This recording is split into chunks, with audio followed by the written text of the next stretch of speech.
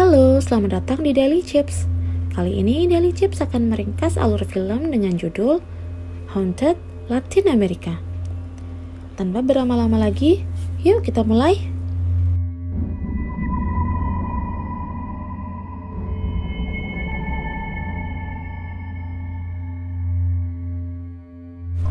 Haunted Latin America merupakan serial bergenre horor yang menceritakan kembali pengalaman supranatural yang pernah dialami oleh beberapa narasumber. Seperti judulnya, penonton akan disajikan dengan cerita yang datang dari Meksiko dan Kolombia.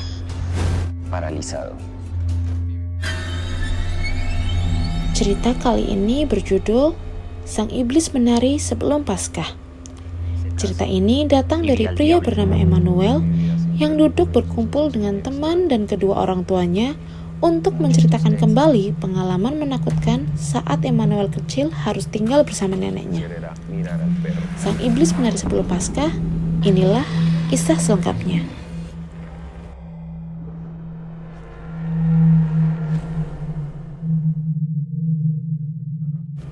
Cerita dimulai dengan seorang anak yang bernama Emmanuel yang harus pindah dan tinggal bersama neneknya karena perceraian kedua orang tuanya.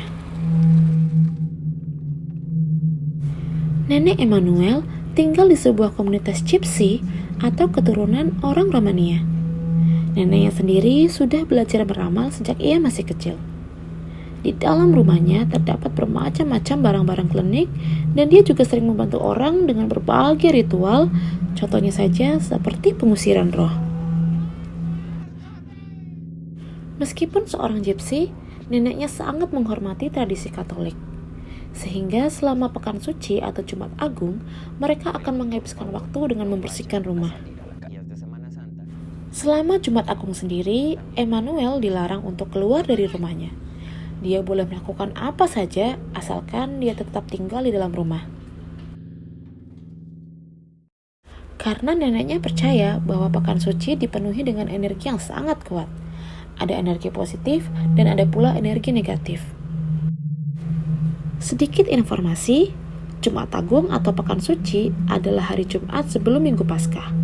Hari tersebut merupakan hari peringatan penyaliban Yesus Kristus dan wafatnya di Golgota. Kembali ke cerita, karena bosan, Emmanuel kecil pun nekat menyelinap keluar di saat neneknya tertidur agar ia dapat bermain dengan teman-temannya.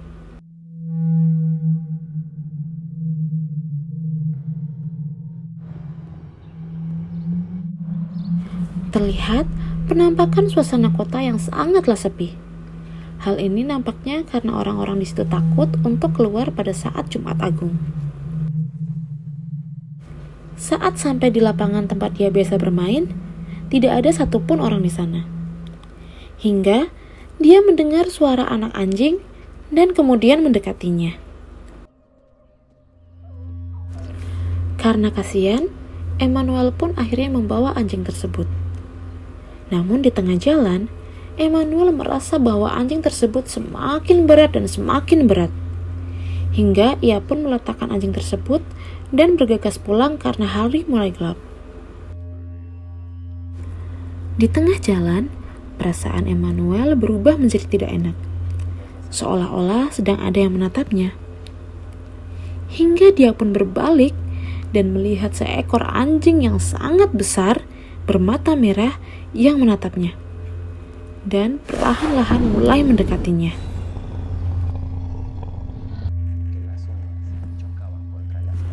Awalnya Emmanuel berpikir dengan berdiri di bawah cahaya lampu, anjing tersebut tidak akan mendekat. Namun tidak semudah itu, sang anjing tetap maju tak gentar. Sekuat tenaga, Emmanuel berlari dan menggedor pintu rumah neneknya. Untung saja si nenek membuka pintu tepat pada waktunya.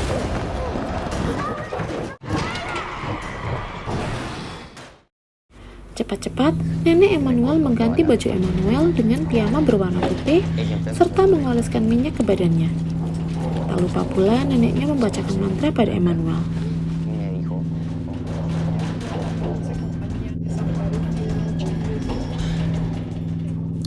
Keesokan harinya, Emmanuel terbangun dari tidurnya dengan piyama yang semula berwarna putih berubah menjadi kotor berwarna abu-abu. Tembok yang semula bersih pun mengeluarkan cairan lendir berwarna kuning dan dipenuhi oleh ulat dan lalat yang berterbangan. Muncul pula goresan-goresan pada tubuhnya, serta penampakan pria yang sangat besar menyeramkan saat dia bercermin. Semenjak kejadian itu, Emmanuel terus-menerus dihantui oleh hal-hal yang mengerikan. Tubuhnya pun akan baik-baik saja di pagi hari dan kemudian akan berubah menjadi sakit di malam harinya.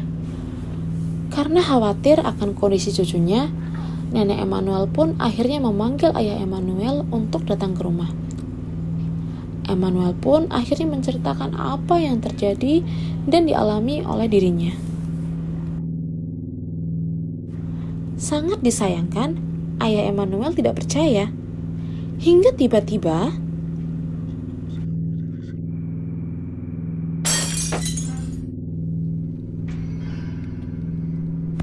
setelah menyaksikan kejadian itu dengan mata kepalanya sendiri, ayah Emmanuel pun akhirnya percaya.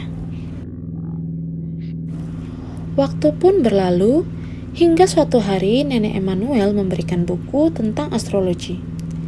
Dia bilang, bacalah dan bertanyalah jika ada hal yang tidak dipahami.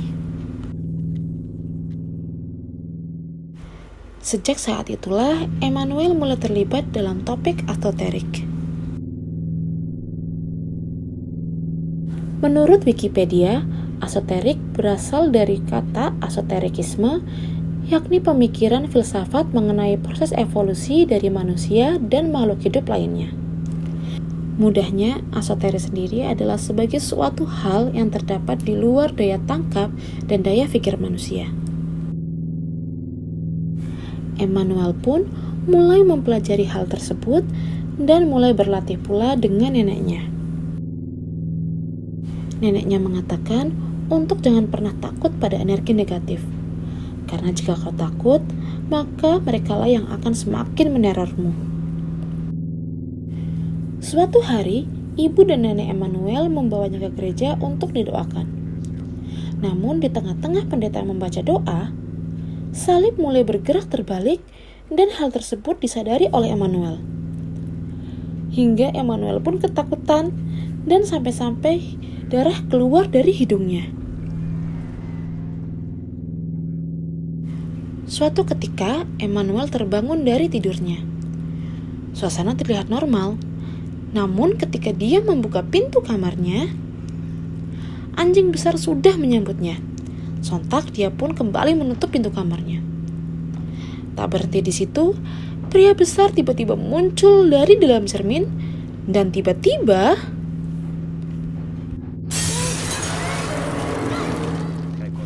pria besar itu mencekik Emmanuel hingga Emmanuel hampir tidak berdaya. Untungnya, Emmanuel ingat perkataan neneknya untuk menjadi berani dan jangan takut, hingga akhirnya Emmanuel pun akhirnya terbebas dari cengkraman makhluk itu.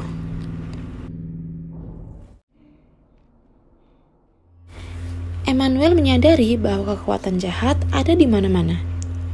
Hingga akhirnya Emmanuel pun memutuskan untuk mendalami ilmu spiritual kepada neneknya untuk membantu sesama. Dan film pun berakhir. Terima kasih bagi kalian yang sudah menyaksikan ringkasan film ini. Biar aku makin semangat, jangan lupa untuk like, share, dan subscribe ya. Sampai jumpa di video selanjutnya. Dah.